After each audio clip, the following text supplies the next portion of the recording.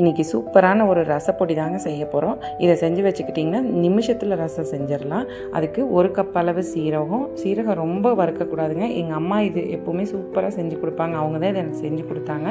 ரொம்ப சூடாகக்கூடாது. கையில் தொட்டு பார்த்திங்கன்னா கையில் சூடு இருக்கணும். அந்தளவு கரெக்டான பக்குவம் எடுத்துக்கோங்க.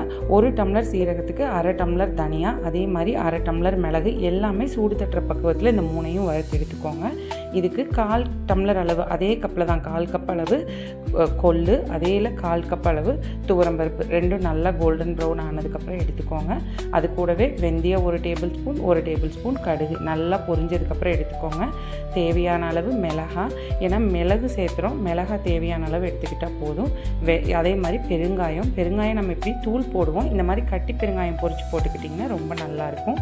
அதுக்கப்புறமா கருவேப்பிலை இலையும் நல்லா வாசம் கொடுக்கும், அதையும் பொரித்து எடுத்து போட்டுக்கோங்க. நல்லா இப்படி கையில் கசக்குனிங்கன்னா அது அப்படியே நுணுங்கு விடணும், அந்த மாதிரியான பதத்தில் எடுத்துக்கோங்க. இது எல்லாம் நல்லா ஆற வச்சுட்டு மிக்ஸி ஜாரில் பொடி பண்ணிக்கிட்டிங்கன்னா சூப்பரான ரசப்பொடிங்க. கண்டிப்பாக ட்ரை பண்ணி பாருங்கள்.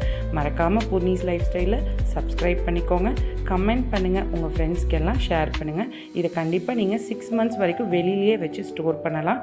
செஞ்சு பார்த்துட்டு எப்படி இருக்குன்னு கமெண்ட் பண்ணுங்கள். தேங்க்யூ.